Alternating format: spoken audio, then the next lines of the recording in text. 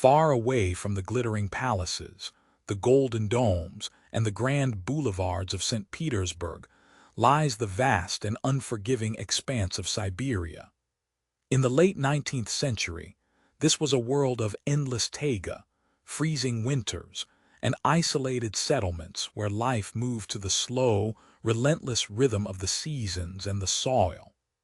It was in this harsh environment, within the remote village of Pokrovskoye, situated along the banks of the Chura River, that Grigori Yefimovich Rasputin was born around the year 1869. To understand the man who would eventually walk the halls of imperial power and command the unwavering devotion of the Russian Empress, one must first look to the mud, timber, and biting frost of the Siberian frontier that shaped his earliest years. Pokrovskoye was a typical Siberian village of the era, consisting of modest wooden houses with smoke curling from their stone chimneys, surrounded by vast stretches of dark pine forests and sprawling agricultural fields. The villagers were peasant farmers, surviving through backbreaking labor, cultivating crops during the short, frantic summer months, and enduring long, brutal winters where temperatures plummeted far below freezing. Life here was simple, deeply religious, and heavily dependent on community cooperation and endurance. Grigori's family belonged to this peasant class. His father, Yefim Yakovlevich Rasputin, was a local farmer and carter, a hard-working man who struggled to provide for his family in an economy where poverty was a constant shadow. His mother, Anna Vasilievna Parshukova, raised the children amidst the endless toil of running a rural household. Little is recorded of Grigori's early childhood, but historical accounts and local memory paint a picture of a boy who was ordinary in background, yet marked by certain peculiarities that set him apart from his peers. Unlike many of the village children who attended whatever rudimentary schooling was available or worked tirelessly in the fields alongside their parents, Grigori spent much of his youth roaming the local countryside. He was restless, possessing an intense, boundless energy and a gaze that contemporaries would later describe as deeply unsettling. He did not learn to read or write during his youth. Literacy was a rare luxury among Siberian peasants of the time, yet he possessed an acute, native intelligence and an uncanny ability to observe the world around him. Growing up in rural Siberia instilled in Grigori a deep physical resilience. The climate hardened him, teaching him how to endure grueling physical labor, exhaustion, and bitter cold. But just as important as the physical landscape was the spiritual and cultural atmosphere of the village. Siberian peasant society was a unique blend of traditional Orthodox Christianity and ancient folk beliefs, where superstition, mysticism, and tales of wandering holy men, hermits, and miracle workers were woven into daily life. The villagers prayed fervently for protection against crop failures, livestock disease, and harsh weather. They believed deeply in the presence of unseen spiritual forces, viewing the vast, silent forests and untamed wilderness as spaces haunted by spirits, both holy and demonic. Grigori's youth was also marked by personal tragedies and family hardships, common to the era yet deeply impactful. Infant mortality was high, and several of his siblings did not survive childhood. These early brushes with death and sorrow left a profound impression on the young Rasputin, turning his mind early toward matters of faith, suffering, and redemption. In his adolescence and early adulthood, Grigori began to exhibit behavior that caused local villagers to whisper. He was prone to sudden, inexplicable bouts of introspection, sometimes disappearing into the woods for days at a time to pray, fast, and sleep under the open sky. When he returned, he would speak of strange visions, vivid dreams, and a powerful sense of divine presence. Local legend and later investigations into his early life also point to a reputation for wildness and rebelliousness. Like many young men in frontier towns, Grigori was not a stranger to local taverns, horse trading, and occasional brawls. In a society where vodka provided the primary escape from the crushing monotony and cold of daily existence, heavy drinking was commonplace. Yet, even among the hard-drinking peasants of Pokrovskoye, Grigori stood out. His energy was volcanic, and his temper could flare suddenly, followed just as quickly by profound remorse, intense religious fervor, and lengthy periods of contrition. As he reached young adulthood, Grigori married Praskovia Dubrovina, a local peasant girl from the same village. The wedding was celebrated in the local Orthodox church, anchoring him temporarily to the conventional life of a Siberian householder. Together, they had several children, and Grigori tried to settle into the role of a traditional farmer, working his land, raising livestock, and tending to his family. Yet domestic routine could not contain his restless spirit. The pull of something greater, something mystical and transcendent, continued to tug at him from the shadows of his mind. During his 20s, a significant turning point occurred. Whether prompted by a personal spiritual crisis, an illness, or an overwhelming sense of guilt over his rowdy behavior, Grigori's focus shifted decisively inward toward religion. He began spending more time in churches, studying holy texts through listening rather than reading, and conversing with local religious wanderers known as straniki. These pilgrims, who traveled on foot across Russia from one holy site to another relying solely on the charity of strangers, held a revered place in Russian peasant culture. They embodied a rejection of material wealth in pursuit of spiritual purity. Grigori's interactions with these wanderers opened his eyes to a wider spiritual world beyond the borders of Pokrovskoye. He heard tales of great monasteries, famous elders, starets, and holy shrines across Russia. The idea of the pilgrimage began to take root in his imagination. For a peasant whose universe had thus far been defined by the horizon of his native village, the thought of leaving everything behind to walk the roads of Russia in search of God was both terrifying and liberating. This early period in Pokrovskoye established the foundational traits that would define the rest of Rasputin's life. He was a product of the Russian soil, raw, unpolished, deeply spiritual, and intimately familiar with both the struggles of the common people and the mystical undercurrents of Russian religious life. He understood the psychology of the peasantry because he was one of them, sharing their language, their superstitions, and their worldview. Yet, beneath his rough exterior lay a charisma and an intense emotional depth that hinted at a destiny far beyond the quiet, snow-covered lanes of his Siberian home. The peasant from Pokrovskoye was about to take his first steps onto a path that would lead him from the quiet obscurity of the Siberian taiga directly into the heart of the Russian Empire. The transformation of Grigori Rasputin from an ordinary Siberian peasant into a wandering man of God began with a profound spiritual awakening that shook him to his core. For years, his life had been a turbulent cycle of heavy toil in the fields, intense outbursts of fiery energy, and lingering guilt over the rowdiness of his youth. Yet beneath the rough exterior of the village carter and farmer lay a soul increasingly troubled by the eternal questions of sin, suffering, and redemption. The catalyst for his departure from Pokrovskoye remains shrouded in a mixture of local lore and personal mystery. Some accounts whisper of a brush with the law over accusations of petty local theft, while others speak of profound visions, celestial encounters, and an overwhelming inner voice urging him to cast aside his earthly burdens. Whatever the immediate spark, the result was absolute.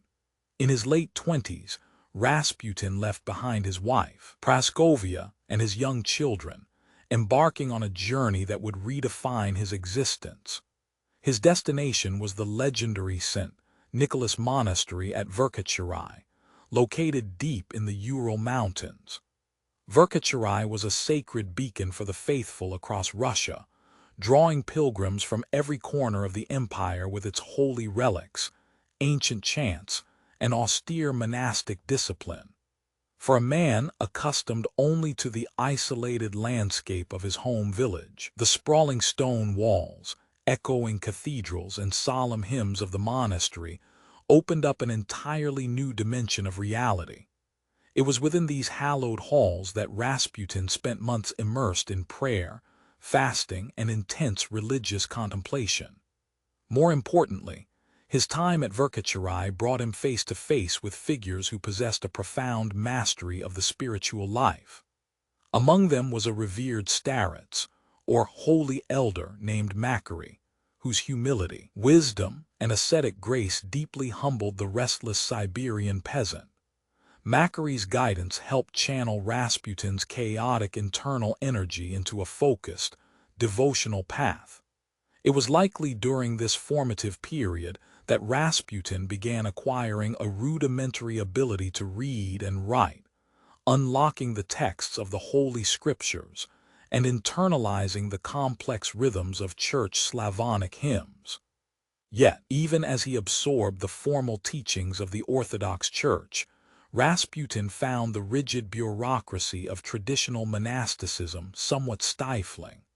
His restless spirit yearned for direct, unmediated communion with the divine, a desire that would ultimately draw him out onto the open roads of Russia as a stranic, or holy wanderer. Leaving the safety of the monastery behind, Rasputin joined the vast, invisible fraternity of Russian pilgrims who traversed the endless expanses of the country entirely on foot. These wanderers carried no money and owned nothing save for a wooden staff, a satchel, and the clothes on their back, relying completely on the charity, hospitality, and Christian kindness of strangers along the way. They walked from shrine to shrine, monastery to monastery, praying at holy graves, sleeping in forest clearings, and sharing sacred stories by the warmth of peasant hearths. For Rasputin, this nomadic existence was a baptism by fire and distance. Walking thousands of miles across the diverse landscapes of the Russian Empire hardened his body while deepening his mystical worldview. He learned to look past the superficial divisions of society, recognizing the divine spark within every common peasant, weary traveler, and humble monk he met. During these grueling pilgrimages, rumors and accounts began to follow him. Some villagers and fellow travelers spoke of his uncanny intuition, his ability to comfort the deeply troubled, and his intense, penetrating gaze that seemed to pierce straight through human pretense. Others whispered darkly of secret mystical sects operating in the shadows of the Russian forest, such as the Kh whose ecstatic rituals involving self-abasement, emotional frenzy, and cycles of sin and repentance were rumored to exist on the fringes of Orthodox society. While historical evidence remains deeply divided on whether Rasputin ever formally participated in or aligned with such banned groups, the accusations highlighted a recurring theme in his life: a belief that true spiritual purity could only be wrestled from the depths of profound human struggle and emotional intensity. His journeys eventually expanded far beyond the borders of Siberia, carrying him toward distant holy sites and monastic centers. Whether he reached the sun-bleached Orthodox communities of Mount Athos in Greece or other sacred destinations across the wider Christian world, each step cemented his identity not as a conventional churchman, but as a charismatic starets, a man of the people who claimed a direct, unmediated line to divine wisdom. When Rasputin eventually returned to Pokrovskoye between his extensive travels, he was no longer a simple, unremarkable farmer. He returned with an aura of mystery, an expanded understanding of human suffering, and a growing circle of local disciples who gathered in secret corners to pray with him. The road to holiness had transformed the Siberian peasant into something far more potent. A magnetic mystic whose spiritual reputation was steadily outgrowing the remote villages of his birth, preparing him quietly for the momentous journey that would eventually lead him toward the glittering, doomed capital of St. Petersburg. The carriage wheels rattled loudly over the uneven cobblestones of St. Petersburg, spraying freezing slush against the grand granite embankments of the Never River, as Grigori Rasputin caught his very first glimpse of the imperial capital.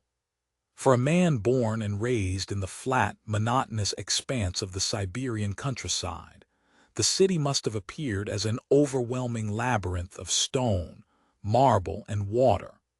St. Petersburg was a monument to autocratic ambition, designed by Peter the Great as Russia's window to the West.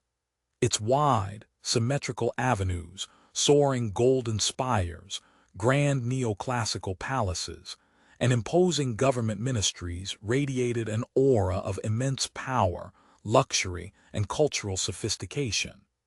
Yet beneath this glittering imperial facade lay an atmosphere of intellectual unrest, spiritual disillusionment, and deep social anxiety. The turn of the 20th century in Russia was a period of intense cultural ferment. The upper classes, increasingly disconnected from the realities of rural peasant life, had developed an obsessive fascination with the occult, mysticism, and spiritualism. Salon gatherings buzzed with talk of the supernatural, alternative religions, and secret esoteric doctrines, creating a fertile intellectual ground for a charismatic, rough-hewn holy man from the Siberian taiga. Rasputin did not arrive in the capital as a penniless vagrant sleeping in doorways. Rather, he carried with him letters of introduction and a growing reputation forged during his extensive pilgrimages across the holy sites of the empire. His path into the heart of St. Petersburg society was paved by influential ecclesiastical figures who had encountered the magnetic wanderer during their travels. Among his earliest and most important sponsors were Bishop Hermogen of Saratov and Archimandrite Theophan, the rector of the St. Petersburg Theological Academy and confessor to the imperial family. These senior churchmen were initially captivated by Rasputin. In the charismatic peasant, they believed they had found a true living example of the Russian soul, a humble, uncorrupted man of the earth whose deep faith, piercing insight, and emotional intensity offered a refreshing alternative to the dry, bureaucratic formalism of the official state church. They saw in him a potential spiritual guide who could help bridge the widening chasm between the elite ruling class and the massive, devout peasant population that made up the vast majority of the empire. Introduced into elite clerical circles, Rasputin quickly caught the attention of high-ranking aristocrats, wealthy landowners, and members of the imperial court who frequented fashionable religious salons. His entry into these sophisticated drawing rooms created an immediate sensation. He stood out sharply against the background of tailored European suits, expensive silks, and refined courtly manners. Dressed in a simple peasant tunic, high leather boots, and a worn wool coat, Rasputin looked every bit the authentic wanderer, yet he possessed an unmistakable, commanding physical presence. His long, unkempt dark hair and heavy beard framed a weathered, deeply lined face, but it was his eyes that left the deepest impression on everyone he met. Contemporaries frequently described his gaze as hypnotic, intense, and unnervingly penetrating, as though he were reading the deepest, most well-hidden secrets of human souls. Rasputin's manner of speaking further enhanced his mystical aura. He did not converse in the polite, French-infused idioms of the St. Petersburg aristocracy. Instead, he spoke in raw, earthy proverbs, vivid folk parables, and direct, emotional appeals to God, sin, and redemption. He used simple religious language that cut through the polished hypocrisy of high society, offering direct spiritual comfort to those burdened by personal grief or existential doubt. Wealthy society women in particular were drawn to his unconventional charisma. Aristocratic hostesses competed for the privilege of inviting the Siberian starets to their salons, hanging on his every word as he held forth on matters of faith, humility, and divine grace. He projected an aura of absolute confidence, moving through the opulent drawing rooms of palaces with a startling lack of hesitation or deference, treating princes and paupers with the exact same level of familiar intensity. Yet, beneath the fascination of his early admirers, subtle notes of caution began to sound. A few perceptive observers noticed that while Rasputin's public persona was that of a holy mystic, his behavior could shift abruptly from deeply spiritual contemplation to a boisterous, earthy physicality. He relished strong tea, consumed large quantities of food, and displayed an intense, highly physical warmth when greeting his admirers, often embracing them closely or holding their hands for extended periods. For most of his initial patrons, however, these eccentricities were simply dismissed as the harmless peculiarities of a genuine man of nature, proof of his untamed Siberian origins. As weeks turned into months, Rasputin's circle of influence expanded rapidly. He moved effortlessly between the modest quarters of clerical reformers and the lavish apartments of aristocratic sympathizers, building a network of powerful relationships that would soon open the heavily guarded gates of the imperial court itself. The stage was set for the fateful intersection of the Siberian peasant's destiny with the tragic fate of the Romanov dynasty, as the mystic from Pokrovskoy prepared to step across the threshold into the most powerful and isolated household in the Russian Empire. While Grigori Rasputin was quietly building his network of powerful admirers in the salons of St. Petersburg, a deep and closely guarded tragedy was unfolding behind the heavily fortified walls of the imperial palaces. To the outside world, the Romanov dynasty projected an image of absolute power, wealth, and continuity. Emperor Nicholas II sat upon the throne of all the Russias, ruling over an empire that spanned from the Baltic Sea to the Pacific Ocean. By his side was Empress Alexandra Fedorovna, a granddaughter of Queen Victoria of the United Kingdom, who had embraced her adopted country with intense religious devotion and a fierce belief in the divine right of autocracy. Together, the imperial couple had brought 4 daughters into the world: Grand Duchesses Olga, Tatiana, Maria, and Anastasia. For the first few years of their marriage, the family lived in traditional royal happiness, yet a crushing shadow hung over the future of the entire state. Under the strict laws of succession in the Russian Empire, the crown could only pass through male heirs. The birth of a son was not merely a personal joy for the imperial parents. It was an absolute political necessity for the survival of the dynasty. When Empress Alexandra finally gave birth to a long-awaited boy on August 12, 1904, at the Peterhof Palace, the joy of the imperial family was unbounded. They named the child Alexei. He was a bright, lively, and charming infant, full of promise, and his arrival seemed to secure the future of the Romanov line for generations to come. The church bells of St. Petersburg rang out in celebration, and cannon salutes echoed across the capital. But this profound joy was destined to be agonizingly short-lived. Within just a few weeks of the baby's birth, subtle and terrifying signs began to appear. When the infant Alexei was given his routine baths or experienced minor bumps, unusual bruises formed across his tiny limbs. More alarmingly, when the royal doctors examined him, They noticed that small cuts or the natural shedding of his umbilical cord resulted in prolonged, uncontrollable bleeding that refused to stop.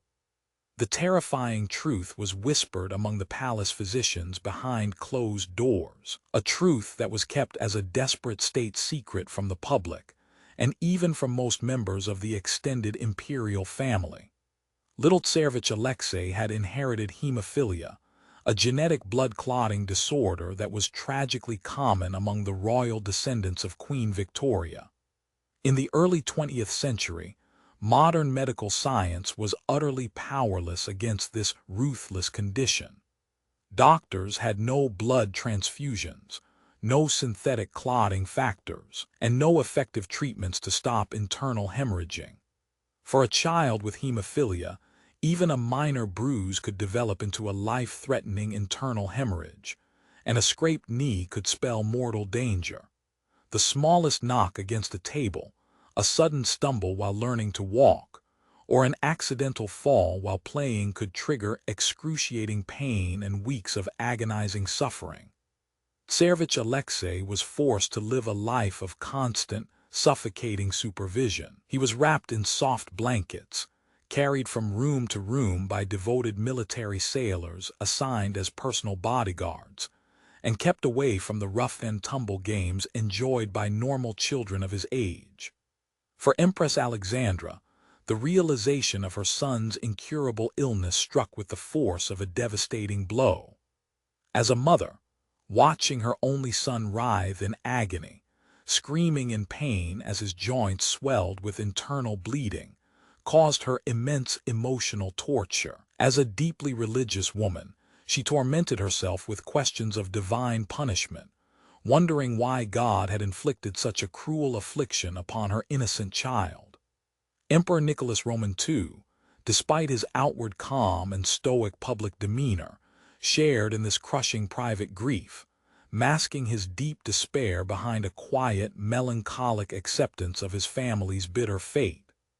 As the years passed, Alexei grew older, but his condition did not improve. The royal doctors were reduced to helpless bystanders, standing by with useless ice packs and sympathetic words, while the young heir suffered through terrifying crises. Palace medical bulletins remained tight-lipped, but inside the private chambers of the Alexander Palace in Tsarskoye Selo, the atmosphere was frequently one of panic, mourning, and desperate prayer. The royal parents exhausted every possible resource. They consulted the finest medical specialists across Europe, sought the advice of traditional healers, and prayed incessantly before sacred icons in private chapels. Yet nothing brought relief. The medical establishment of the Russian Empire, for all its prestige, was entirely helpless against the relentless progression of the disease. This prolonged state of helplessness created a vacuum of utter desperation within the imperial household. Empress Alexandra, isolated from Russian society due to her foreign birth, her reserved personality, and her fierce insistence on absolute autocracy, turned inward, placing her entire emotional existence into her faith and the health of her son. She became increasingly obsessed with finding spiritual intervention where medical science had failed. Rumors of miraculous healers, holy men, and wandering starets regularly drifted into the imperial court, whispered by courtiers and sympathetic aristocrats who sought to comfort the grieving empress. It was within this climate of profound anguish, maternal despair, and spiritual vulnerability that the name of Grigori Rasputin first reached the ears of the imperial court. Through a network of influential aristocratic women, including Grand Duchess Milica of Montenegro and her sister Anastasia, who were deeply fascinated by mysticism and alternative spirituality, the stories of the remarkable Siberian peasant began to circulate among the intimate circle of the palace.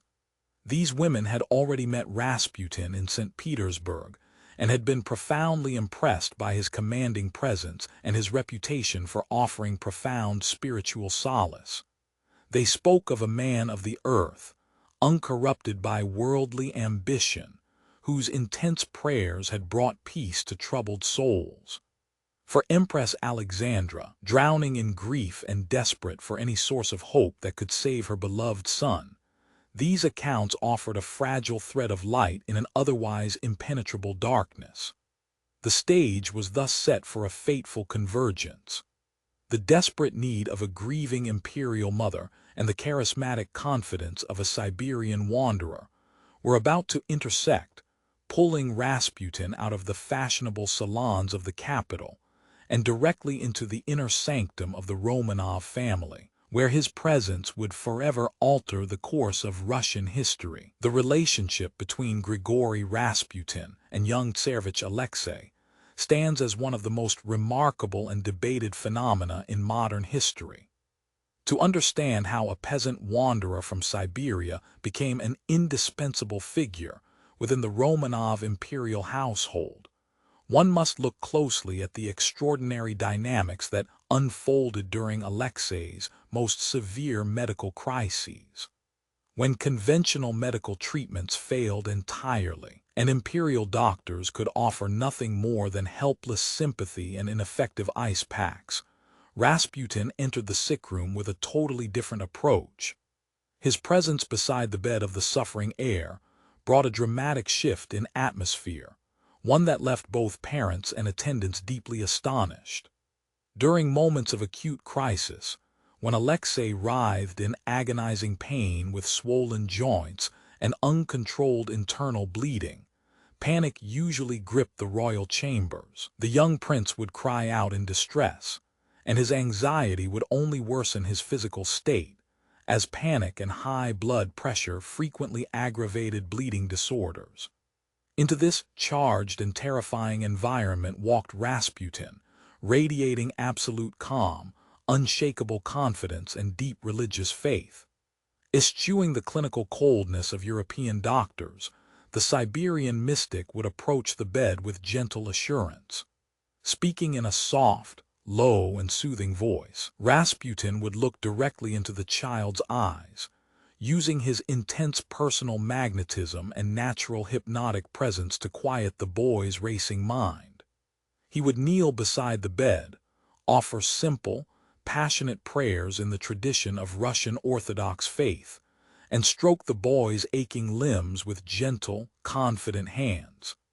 He told Alexei that God was watching over him, that the pain would soon pass, and that he would grow up to be a strong man. The psychological effect of this intervention was profound.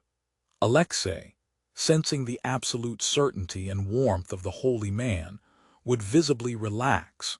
His panic subsided, his breathing slowed, and the severe tension gripping his body dissipated.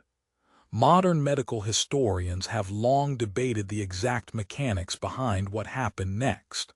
Some suggest that Rasputin's calming influence significantly lowered the boy's heart rate and anxiety, allowing natural coagulation processes to finally take effect without the interference of stress hormones. Others note that Rasputin frequently demanded that traditional court doctors stay away and stop administering harsh medications like aspirin, which were then commonly prescribed as painkillers, but actually acted as dangerous blood thinners. By banishing the doctors and insisting on absolute quiet, Rasputin inadvertently created the exact conditions under which the young heir's body could rest and begin to heal on its own. Beyond these medical and psychological factors, however, lay the emotional reality experienced by Empress Alexandra and Emperor Nicholas II. To grieving parents who had watched their son suffer through countless agonizing episodes with zero help from science, the moments when Rasputin walked into the room and the bleeding miraculously slowed down felt nothing short of divine. Whenever Rasputin was summoned during a crisis, his ministrations coincided with the eventual downturn of the illness, reinforcing the magical and spiritual bond he held with the family. Empress Alexandra looked upon Rasputin not merely as a helpful visitor, but as a literal savior sent by God to preserve the life of her only son and secure the future of the Russian throne. She placed an absolute, unshakable trust in him, believing that his prayers possessed a direct line to heaven. Rasputin understood this bond deeply and nurtured it, cultivating a persona of a humble man of God who desired nothing for himself except the spiritual well-being of the imperial family. Whenever he successfully eased the prince through a crisis, his standing at court solidified, transforming him from an eccentric outsider into an essential pillar of support for the desperate mother. This profound trust, born out of the sick room and cemented by the suffering of a child, created a powerful bridge that would soon carry the Siberian mystic past the heavy palace gates and deep into the political heart of the Russian Empire. Following the profound bond forged in the sick room of Tsarevich Alexei, Grigori Rasputin's life underwent a dramatic and permanent transformation. The peasant from Pokrovskoye, who had spent his early years wandering the dusty roads of Siberia and visiting remote monasteries, now found himself stepping regularly through the heavy, gilded gates of the imperial palaces. No longer just an occasional visitor summoned in moments of medical emergency, Rasputin began to enjoy unprecedented access to Emperor Nicholas II and Empress Alexandra. The doors of the Alexander Palace at Tsarskoye Selo and the Winter Palace in St. Petersburg, which remained tightly shut to ordinary citizens, and even to high-ranking nobles unless specifically invited, swung open for the Siberian mystic.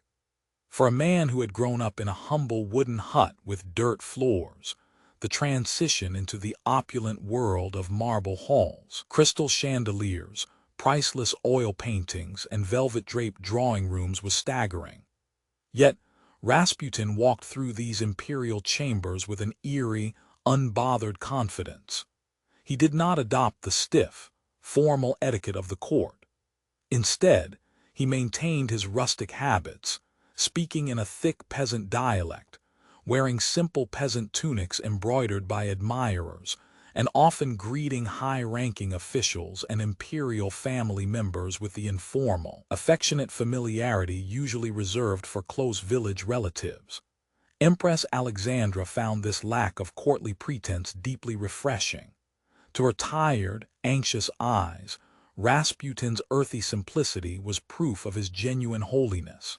She believed that because he did not care about court politics or social status, he was a pure vessel of God, untainted by the hypocrisy and corruption that she perceived among the St. Petersburg aristocracy.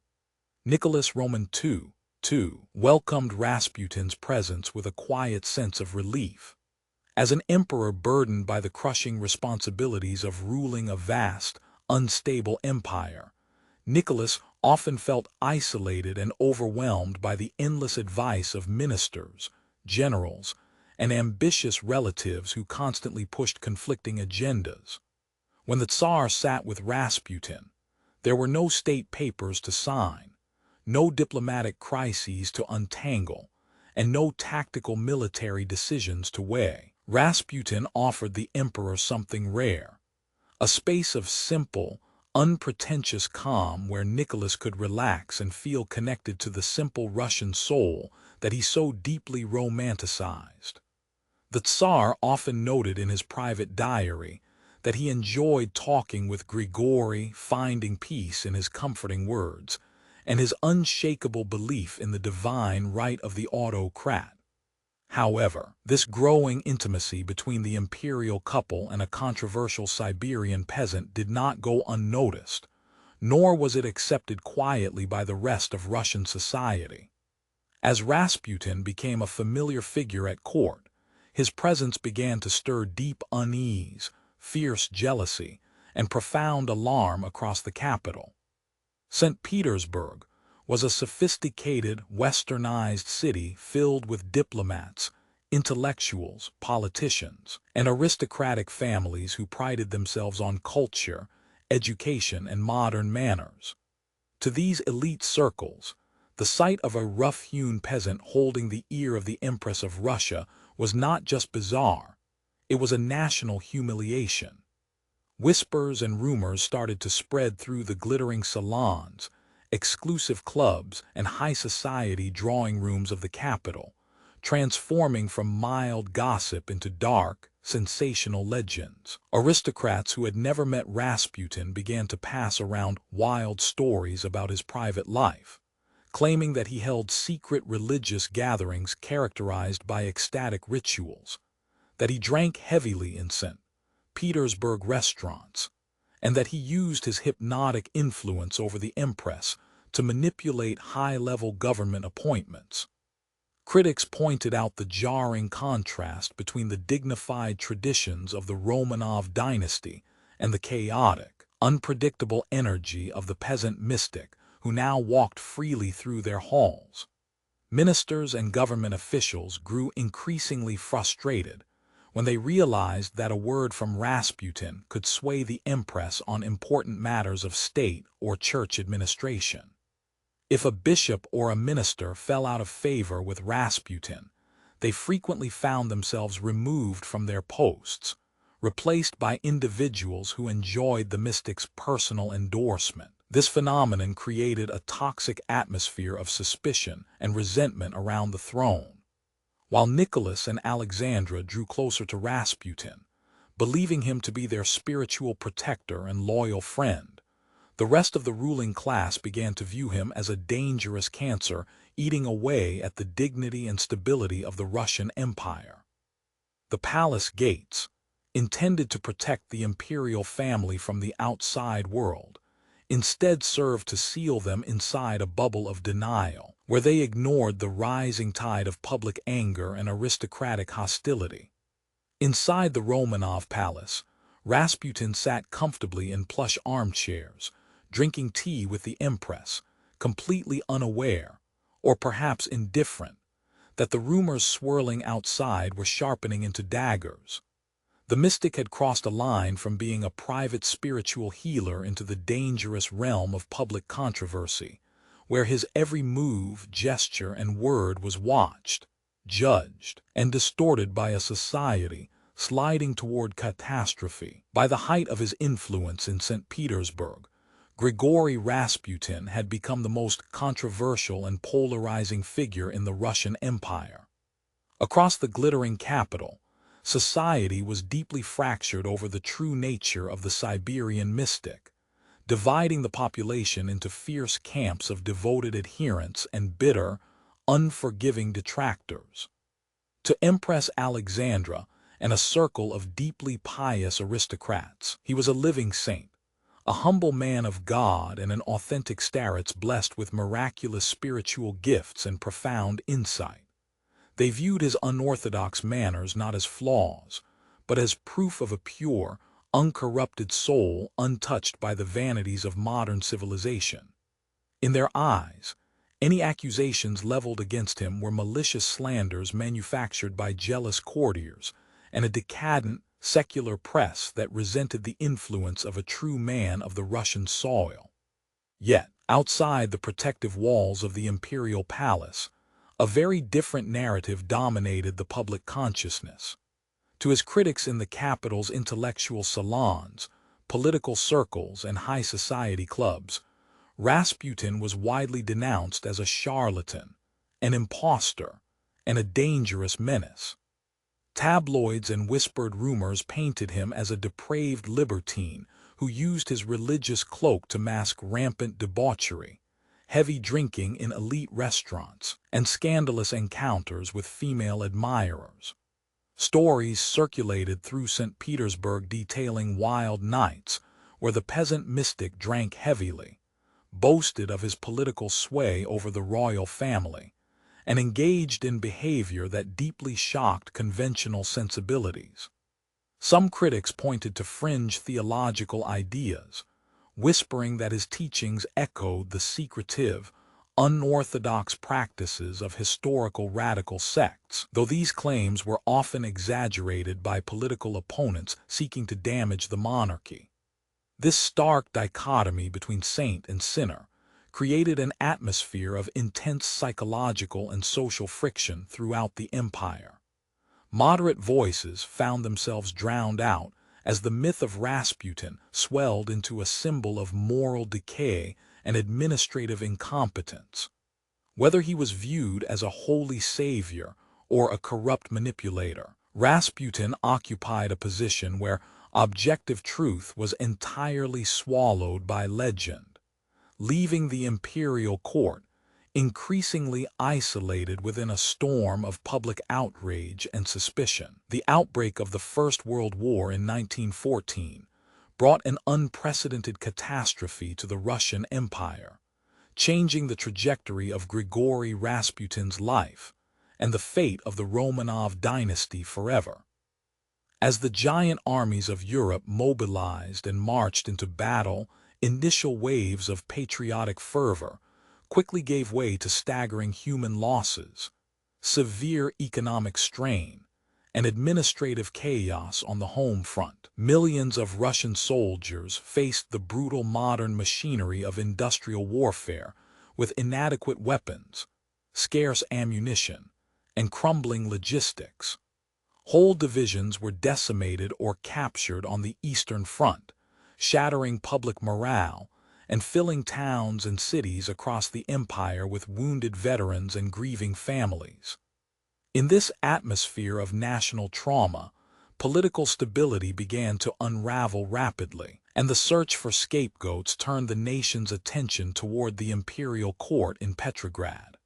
For his part, Rasputin had reportedly opposed Russia's entry into the conflict from the very beginning, famously warning that a great war would bring the absolute ruin of the country, the collapse of the throne, and the destruction of the imperial family.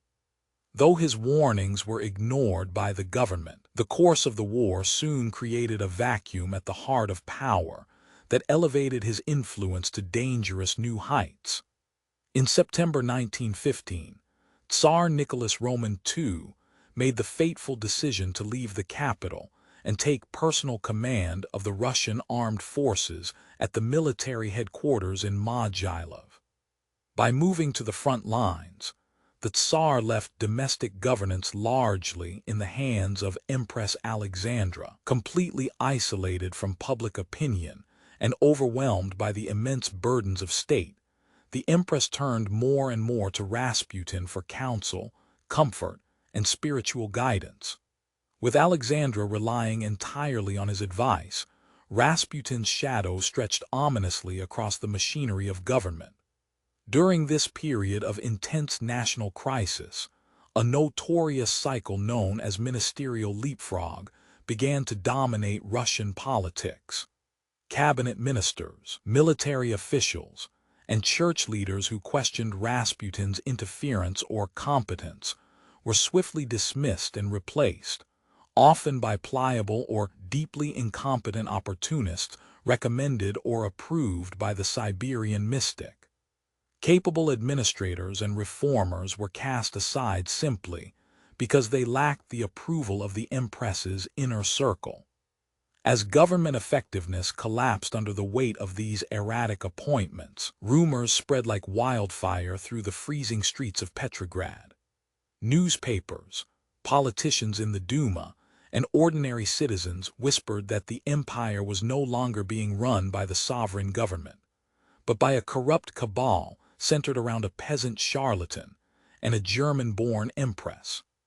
The catastrophic failures on the battlefields combined with political dysfunction at home to forge a widespread belief that Rasputin was actively undermining the nation's war effort. Far beyond just a moral scandal, the mystic was now viewed by the public and the political elite as a direct and existential threat to the survival of the Russian state. The deep shadows of suspicion and resentment that had long lingered around Grigori Rasputin now condensed into a fierce, suffocating fog across the Russian Empire. At the very center of this brewing storm stood Empress Alexandra Feodorovna, whose absolute dependence on the Siberian mystic had become the most divisive political issue in Petrograd. As the military campaigns of World War I ground on with grinding futility, generating endless columns of casualties, and plunging the economy into chaos, public anger needed an outlet. For millions of Russians, from the impoverished workers freezing in tenement blocks to the Grand Dukes pacing the opulent halls of imperial palaces, that outlet was Alexandra and her unwavering, total devotion to the man she believed was God's chosen messenger.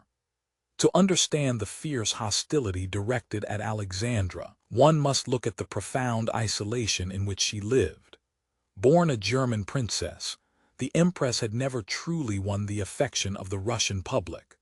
Her shy, aloof demeanor, combined with her deep distrust of court society and her intense devotion to autocracy, made her an outsider in her own adopted home. When the war with Germany began, this background became a lethal weapon in the hands of rumor mongers. Malicious whispers spread through the capital like wildfire, accusing the Empress of harboring pro-German sympathies, of leaking military secrets to Berlin, and of intentionally sabotaging the Russian war effort from within the Winter Palace. While these treasonous accusations were entirely false and lacked any shred of factual evidence, they found fertile ground among a frightened and exhausted populace. And standing right beside the Empress in these dark conspiracy theories was Grigori Rasputin. Alexandra viewed any attack on Rasputin not merely as political criticism, but as an assault on God himself, and a direct threat to the safety of her hemophiliac son, Tsarevich Alexei. In her mind, Rasputin was the only person on earth who possessed the spiritual power to keep her son alive through his agonizing crises. Because of this unbreakable maternal bond, she defended the mystic with a fierce, unyielding intensity that brooked no argument. She dismissed warnings from her own family, letters of concern from loyal ministers, and urgent pleas from foreign ambassadors as the work of wicked, envious people who sought to destroy the monarchy. To Alexandra, those who opposed Rasputin were enemies of the throne. To the rest of the empire, Alexandra's total submission to Rasputin was proof that the throne had completely lost its senses. This mutual alienation created a massive chasm between the imperial court and every single sector of Russian society. Ministers who tried to warn the Empress about the catastrophic damage Rasputin was doing to the prestige of the crown found themselves summarily dismissed. Bureaucrats, generals, and politicians watched in helpless dismay as capable officials were cast aside in favor of pliable sycophants who owed their positions solely to Rasputin's approval. The resulting administrative paralysis meant that trains carrying food and ammunition failed to reach the front lines, inflation soared out of control, and basic goods became scarce in the cities. Yet, shielded behind the thick walls of the palace and insulated by her absolute faith, Alexandra remained blind to the gathering storm, convinced that her alliance with the Siberian holy man was the only thing keeping divine protection over Russia. The hostility toward Alexandra's defender soon transformed into a broader cultural and political symbol. In the popular imagination, Rasputin became the physical embodiment of everything that was rotten, corrupt, and antiquated in the autocracy. Political cartoons, underground pamphlets, and whispered jokes in fashionable salons portrayed the imperial government as a puppet show operated by the greasy hands of a peasant charlatan. The State Duma, once a loyal and conservative assembly of landowners and professionals, became a hotbed of open criticism. Even staunch monarchists and conservative aristocrats, who desperately wanted to save the dynasty from itself, began to whisper that the Empress herself had become a danger to the state, and that measures must be taken to remove her malign influence.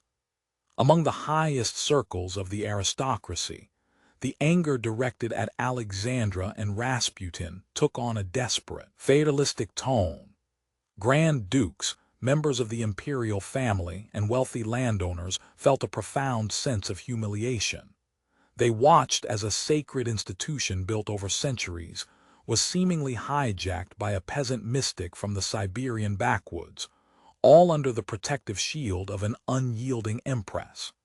In their drawing rooms, beneath crystal chandeliers and amidst hushed conversations over tea, the sentiment shifted from mere complaint to dark speculation. They convinced themselves that Rasputin was not just a moral scandal, but a malignant tumor eating away at the vitals of the empire.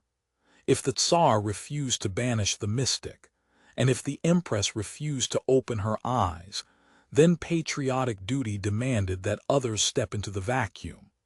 Thus, Alexandra's unwavering defense of Rasputin backfired in the most tragic way possible.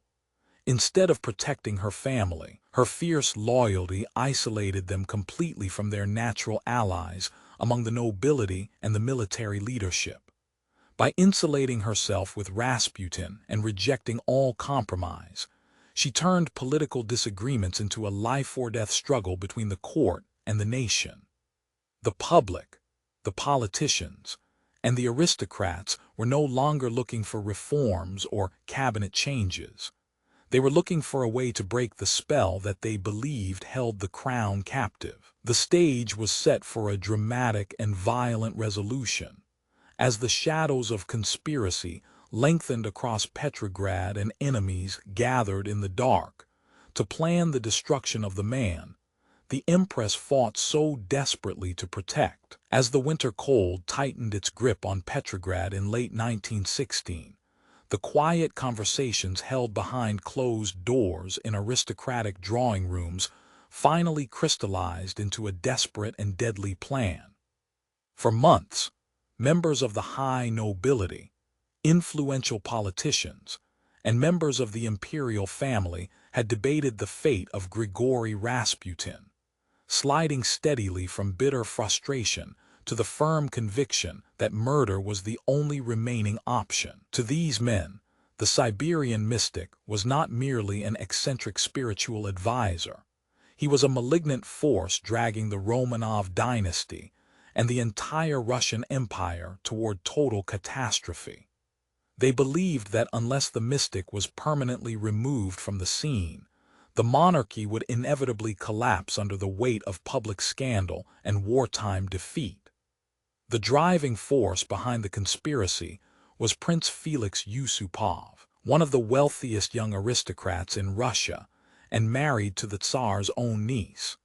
Yusupov was joined by a small circle of influential figures who shared his profound alarm. Among them was Grand Duke Dmitry Pavlovich, a young cousin of Tsar Nicholas II, who had grown deeply disillusioned with the direction of the court. Another key participant was Vladimir Purishkevich, a prominent and fiery right-wing member of the State Duma, who had openly denounced Rasputin from the legislative podium, warning that the dark forces surrounding the throne were destroying the nation from within. Alongside them stood Dr. Stanislaus de Lazovert, a military doctor, and Lieutenant Sergei Sukhatin, an officer of the Preobrazhensky Regiment. Despite coming from different walks of elite society, these men were bound together by a shared sense of patriotic duty and profound desperation. They reasoned that normal political channels had completely failed. Appeals to the Tsar had been rebuffed, and warnings sent to the Empress had been angrily rejected. With the armies of World War I bleeding on the front lines and the domestic economy fracturing under severe strain, the conspirators convinced themselves that killing Rasputin was a sovereign act of mercy for the state. They hoped that once the mystic was gone, the Tsar would finally return to Petrograd from military headquarters, banish the harmful influences of the court, and restore a responsible government backed by the nobility and the Duma. Meetings were held in strict secrecy, shifting between the grand palaces of the capital. The conspirators discussed various methods for eliminating Rasputin, weighing the risks of detection against the urgent necessity of the deed. They knew that any attempt on the life of the Empress's favorite would carry immense personal danger and severe political consequences, but their commitment never wavered. Personal motives, ranging from wounded aristocratic pride to genuine terror for Russia's future, fused into a unified resolve.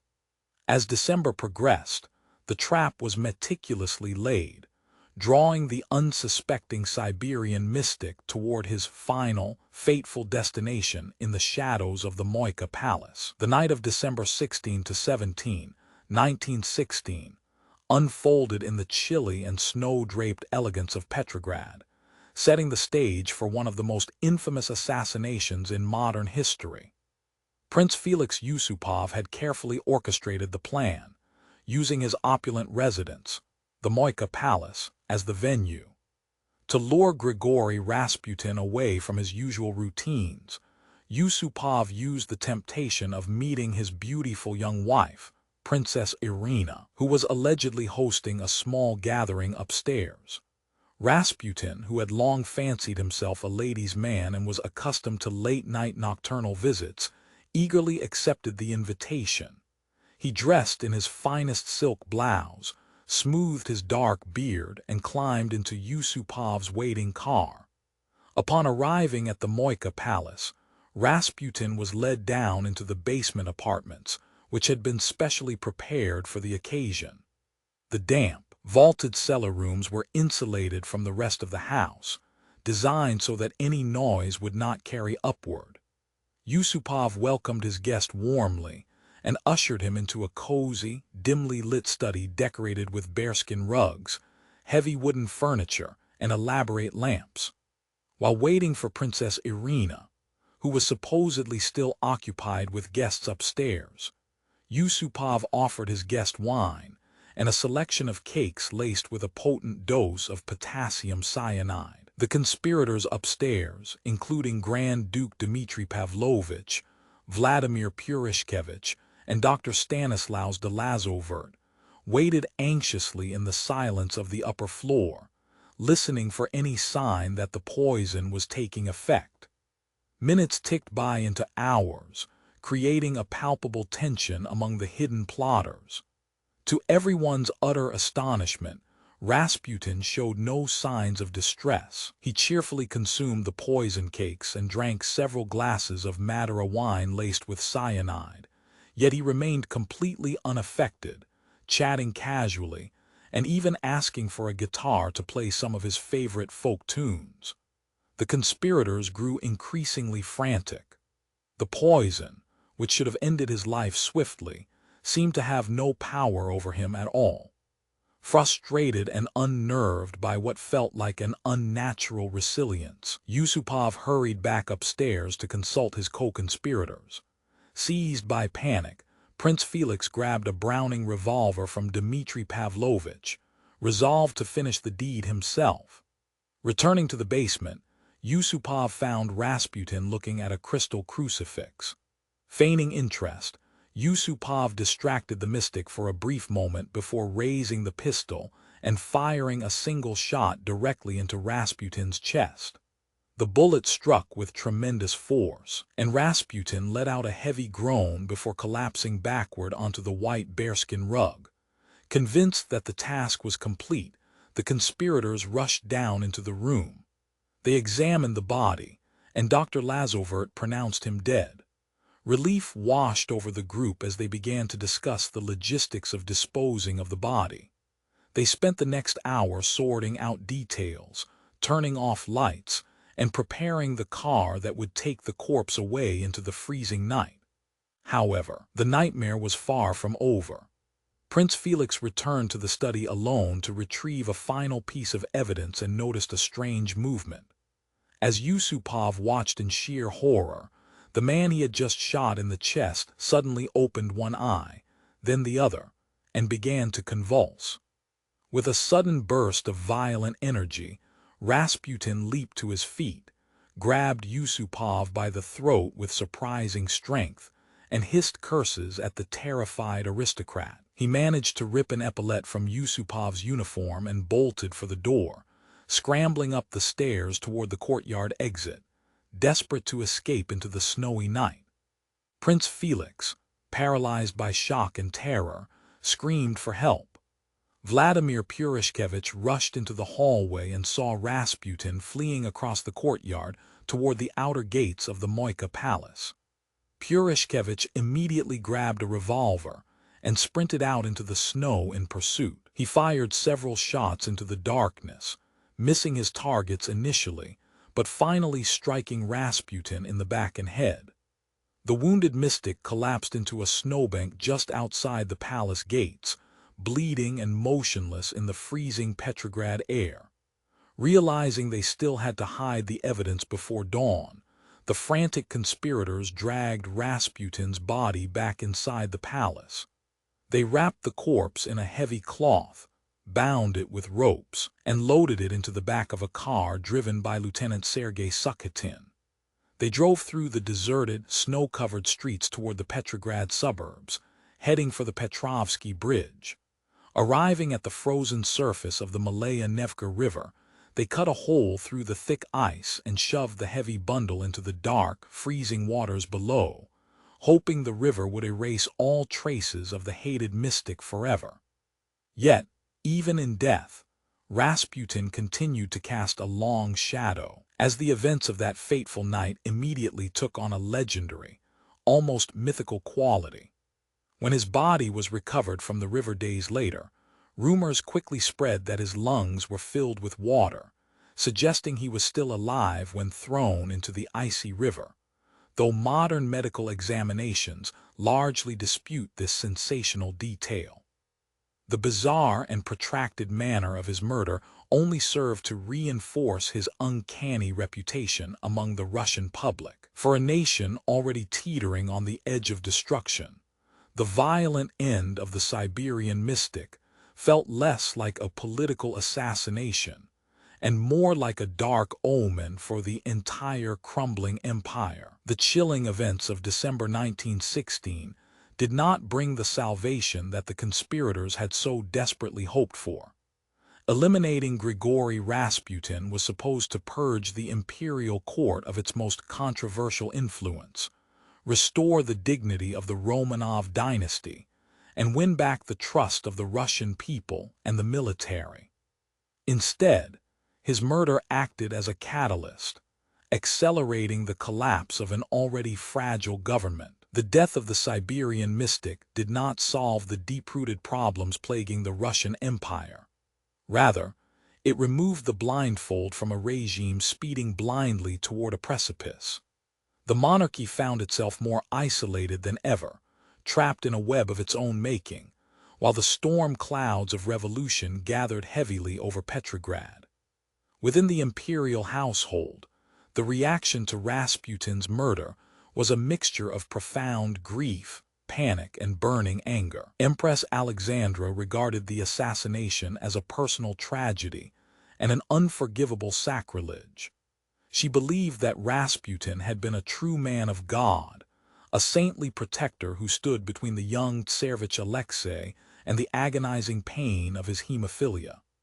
To Alexandra, the conspirators were not patriots saving the nation, but traitors and murderers who had struck a fatal blow against the divine right of the Tsar.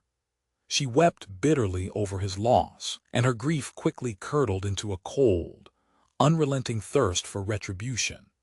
She urged Emperor Nicholas II to take swift and merciless action against everyone involved in the plot, regardless of their noble titles or high stations in society. Nicholas II, however, found himself in an impossible and agonizing position. The investigation into the murder quickly pointed directly toward members of his own extended family and elite social circle. Prince Felix Yusupov, a young aristocrat married to the Tsar's own niece, and Grand Duke Dmitry Pavlovich, the Tsar's cousin, were openly implicated in the crime. For an autocrat who fiercely believed in upholding family unity and aristocratic loyalty, punishing members of the imperial family so severely was a bitter pill to swallow. Under heavy pressure from the enraged Empress, Nicholas ordered Yusupov and Dmitry to be placed under house arrest, and eventually banished them to remote estates or military posts away from the capital. Yet, this half-measured response satisfied no one. To the high aristocracy, punishing the assassins alienated the elite who viewed the murder as an act of pure patriotism. To the general public and liberal politicians, the light punishments proved that the Romanovs cared more about protecting royal blood than enforcing the rule of law. Outside the walls of the Winter Palace and the Alexander Palace, the atmosphere in Petrograd and across the wider Russian Empire was tense and heavy with despair. World War I was entering its third brutal winter, exacting a staggering toll on the nation. Millions of Russian soldiers had died, been wounded, or captured on the Eastern Front. Supplies of food, fuel, and raw materials were running desperately low due to the complete breakdown of the national railway system. Long, freezing queues formed before dawn outside bakeries and grocery shops in the capital, where weary citizens waited hours in the biting cold, only to find that bread had run out entirely. Strikes broke out in munitions factories as workers grew exhausted by hunger, long shifts, and the sheer incompetence of the wartime administration. Even though Rasputin was gone, the political opposition continued to use his memory as a powerful symbol of everything that was rotten within the autocracy. Liberals in the State Duma, moderate politicians, and military generals pointed to the late mystic's shadow as proof that the Tsar and Tsarina were entirely out of touch with reality. Newspapers and underground pamphlets endlessly debated the corruption of the court, convincing ordinary citizens that the government was incapable of winning the war or feeding its people.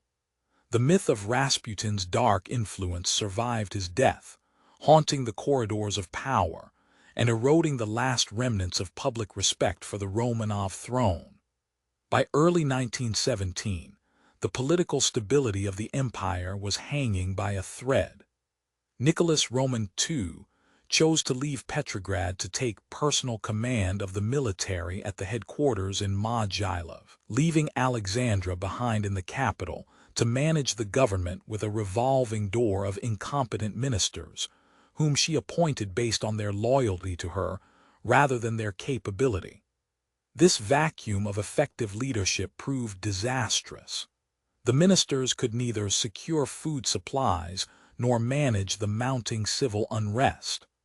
Rumors of impending revolution swept through the coffee houses, army barracks, and factory floors. The breaking point arrived in late February 1917, according to the old Russian calendar. A combination of severe food shortages, unannounced factory lockouts, and spontaneous protests erupted onto the snow-covered streets of Petrograd. Thousands of textile workers walked off their jobs, marching through the city demanding bread, an end to the war, and the overthrow of the autocracy. They were soon joined by furious homemakers, students, and striking metal workers.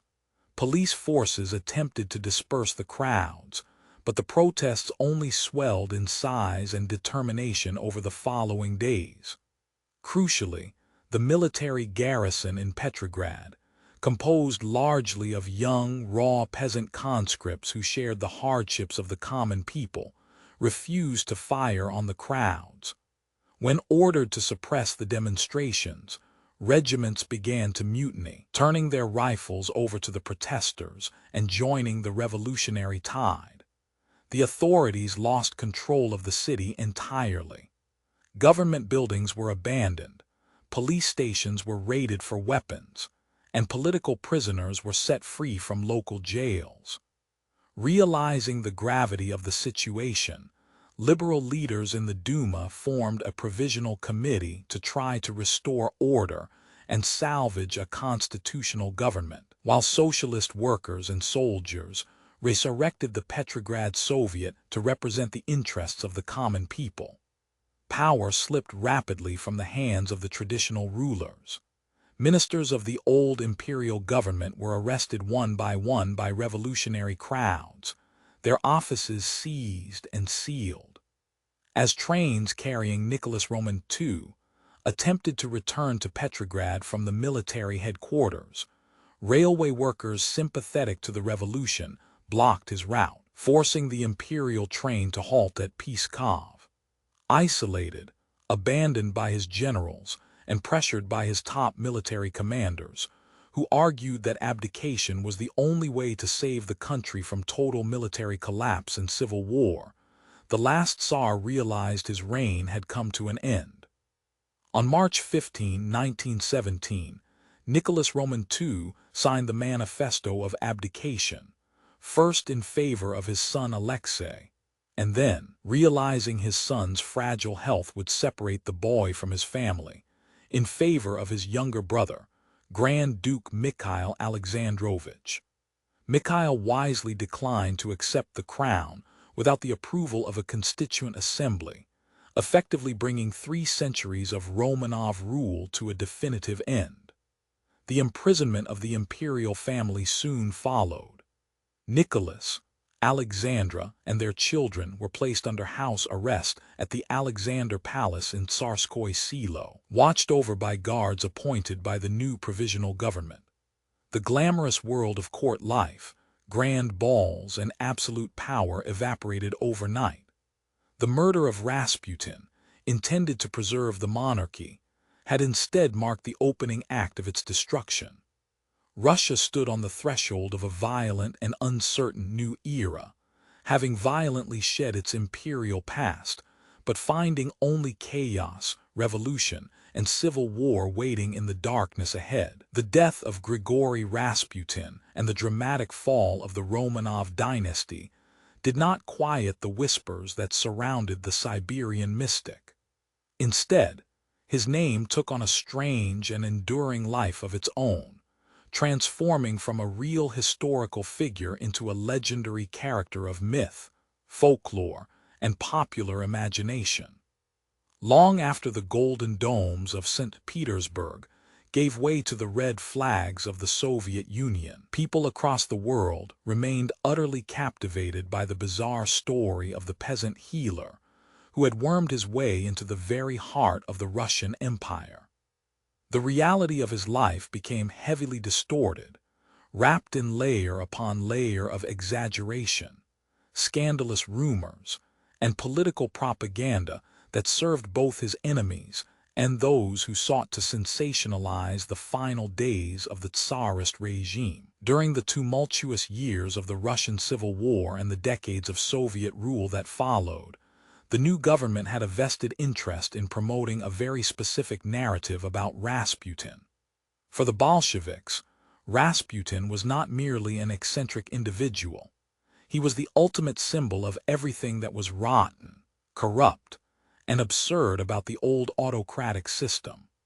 Soviet propaganda portrayed the imperial court as a den of backward superstition, moral decay, and political incompetence, with Rasputin acting as the grotesque puppet master pulling the strings of a weak-willed Tsar and a delusional Empress. In museums, history books, and public lectures, the regime used his story to justify the necessity of the revolution, arguing that an empire led by a mystic peasant and a German-born Tsarina richly deserved its violent collapse. Cartoons, posters, and early Soviet films painted him as a demonic figure, cementing his reputation as a dark sorcerer who had cast a hypnotic spell over the highest ranks of Russian society. At the same time, the surviving members of the Russian aristocracy who managed to escape into exile across Europe, particularly in Paris, London, and Berlin, helped fuel the myth for very different reasons.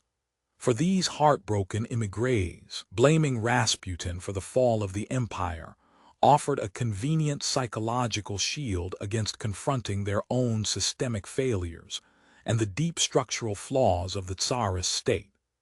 If the catastrophe of 1917 was caused by a single evil, manipulative peasant who bewitched the imperial family, then the monarchy itself was not fundamentally at fault. In memoirs written by former courtiers, generals, and even the conspirators themselves, Rasputin was frequently depicted as an almost supernatural villain, possessing hypnotic eyes and demonic powers. Prince Felix Yusupov, in his famous memoirs published in exile, described the murder in vivid, dramatic detail, playing up the mystique of the evening to cast himself and his fellow assassins as tragic heroes who had tried to save Russia from a dark force. As the decades passed, this sensationalized image of Rasputin spread far beyond the émigré communities and found a massive global audience through literature, theater, and eventually cinema. Western writers and filmmakers seized upon the juiciest elements of his biography: his wild youth in Siberia, his hypnotic gaze, his alleged orgies in the capital, the miraculous healing of the Tsarevich, and the incredible difficulty the conspirators supposedly faced in trying to kill him. Throughout the 20th century, Hollywood and European studios produced numerous films and plays that turned Rasputin into a cinematic archetype. In these productions, historical nuance was routinely sacrificed for theatrical entertainment. He was frequently portrayed as a wild-haired, heavy-drinking demon who possessed actual magic powers, overshadowing the complex, messy political reality of early 20th century Russia. Yet, as modern historians began to dig deep into the archives, diaries, and police reports that survived the Soviet era, a much more complicated and human picture of Rasputin began to emerge. Researchers discovered that many of the most lurid stories circulated about him during his lifetime were actually fabrications invented by his political enemies in the Duma, rival clerics in the Russian Orthodox Church, and sensationalist journalists looking to sell newspapers. While Rasputin was undeniably a crude man with a fierce temper, a weakness for alcohol, and a complete disregard for elite social etiquette, he was not the secret dictator of Russia that popular legend claimed. He rarely interfered in major state policy, and when he did offer advice on political appointments, his suggestions were often ignored by Nicholas II, who guarded his autocratic authority fiercely. Historians revealed that Rasputin's true power at court rested almost entirely on a single, fragile foundation: his ability to comfort Empress Alexandra and apparently soothe the bleeding of young Tsarevich Alexei. To a mother driven to the brink of madness by the terror of her son's incurable illness, Rasputin was literally a savior sent by God. The emotional bond between the desperate Empress and the Siberian mystic was genuine, rooted in religious faith and maternal panic, rather than political conspiracy or dark sorcery. When Rasputin urged caution regarding the war or advised against certain military strategies, his warnings were driven more by a peasant's common-sense dread of ordinary human suffering than by any grand geopolitical design. Yet, because the imperial court operated in such profound secrecy, isolated from the public and cut off from reality, the mere existence of a peasant outsider inside the palace walls created a vacuum into which rumor and imagination rushed freely.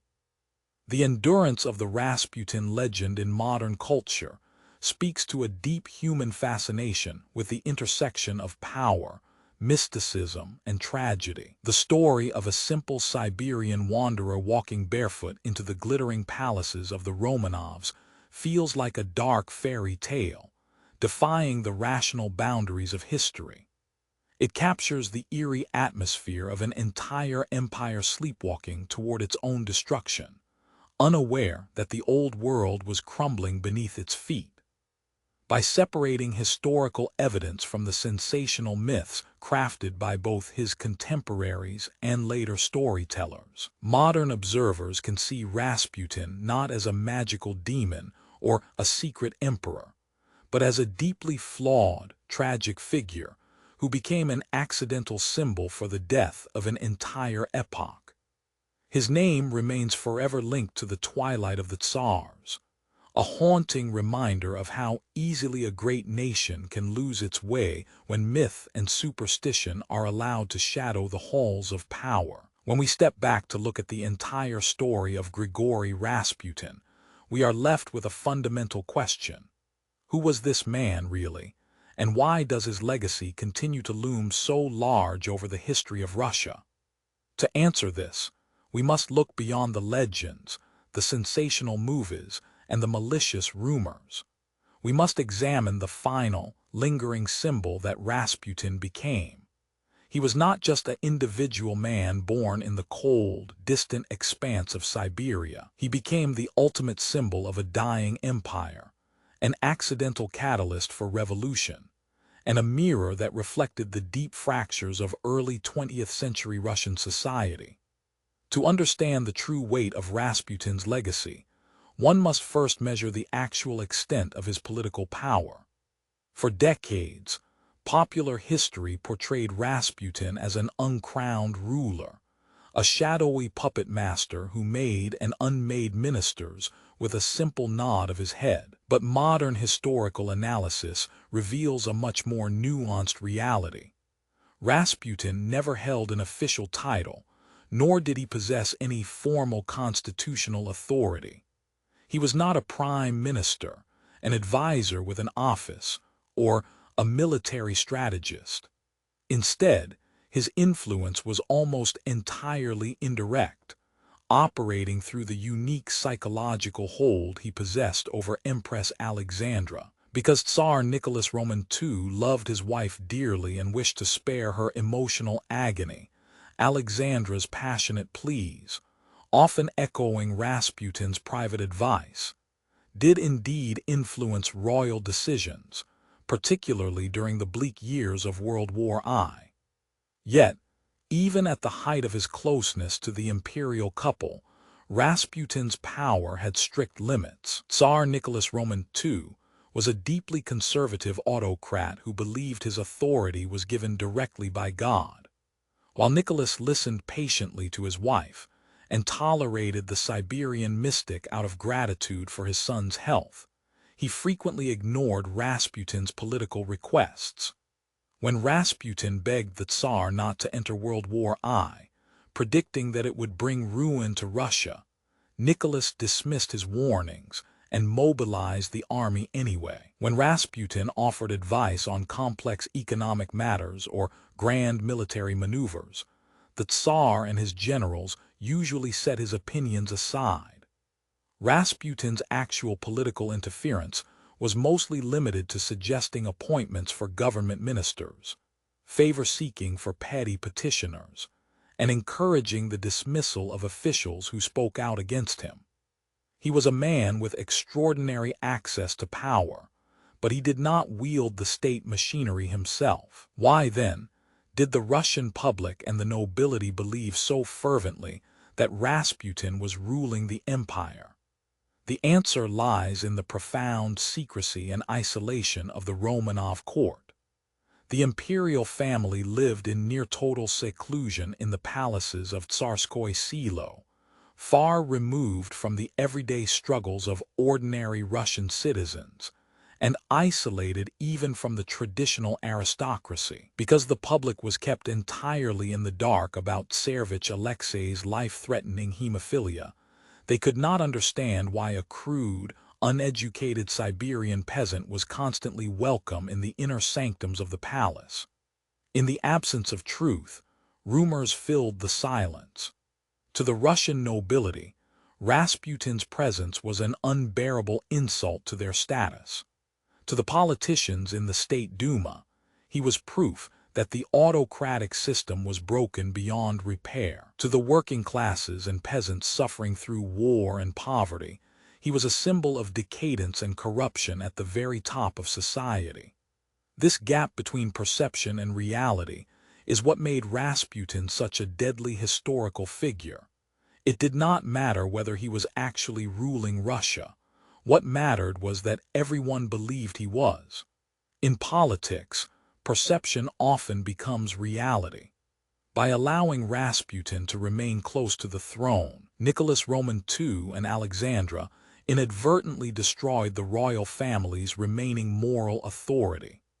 Rasputin became a lightning rod for all the anger, frustration, and resentment that had been building up in Russia for generations. Every battlefield defeat, every bread shortage, every corrupt government decision was blamed on the dark mystic standing beside the Empress. In trying to protect their sick son by keeping his savior close, the Tsar and Tsarina unwittingly destroyed the public trust required to sustain the monarchy itself. Beyond the political tragedy, Rasputin also represents a fascinating cultural phenomenon, the clash between old rural Russia and the modernizing state. Rasputin was, at his core, a product of the Russian countryside. He embodied the traditional, intense, and often unorthodox spiritual life of the Siberian peasantry, a world of wandering pilgrims, holy fools, and emotional religious searching. When he arrived in the glittering salons of St. Petersburg, he brought that raw, unpolished peasant energy directly into the refined, Europeanized world of the Russian elite. Aristocrats who had grown weary of formal religion were initially fascinated by his wild charisma and unpretentious faith. But as the political situation worsened, the elite turned on him, viewing him not as a holy wanderer, but as a dangerous intruder who had contaminated the sacred space of the monarchy. Rasputin's life highlighted the immense cultural chasm that separated the tiny, wealthy ruling class from the millions of impoverished peasants who made up the vast majority of the Russian Empire. The tragedy of Rasputin is also inextricably bound to the human story of a desperate family. At its heart, the saga was not born of a grand conspiracy, but of a mother's overwhelming love and terror. Tsarina Alexandra was a fragile woman isolated in a foreign land, watching her only son suffer from an agonizing and incurable illness. Rasputin provided something that the best medical doctors in Europe could not: calm, hope, and relief for the dying child. Whether his ability to stop Alexei's bleeding was due to hypnosis, his calm reassurance lowering the boy's blood pressure, or his insistence that doctors stop giving the child aspirin, which, unknown at the time, thins the blood and worsens bleeding, the effect was real to Alexandra. To condemn her entirely for trusting the man who saved her child's life is to ignore the deep human emotion driving the political disaster. In the final evaluation, Grigori Rasputin was neither a pure saint nor an all-powerful demon. He was a deeply flawed, complex human being caught in the gears of a massive historical machine. He was a peasant wanderer with genuine charismatic gifts, a man driven by both sincere spiritual impulses and coarse physical appetites. He was opportunistic, arrogant, and reckless, yet he was also capable of remarkable warmth, generosity, and common-sense insight. He did not cause the Russian Revolution by himself. The structural flaws of the Russian Empire, the rigid autocracy of Nicholas Roman II, and the devastating impact of World War I were far larger forces that would have likely crushed the regime regardless. But Rasputin was the spark that accelerated the explosion. He provided the critics of the monarchy with the ultimate weapon to destroy the moral standing of the Tsar. Today, more than a century after his dark figure was pulled from the icy waters of the Malaya Nevka River, Rasputin continues to captivate the global imagination. His life remains one of history's greatest dramas, a story that sounds more like an epic novel than historical fact.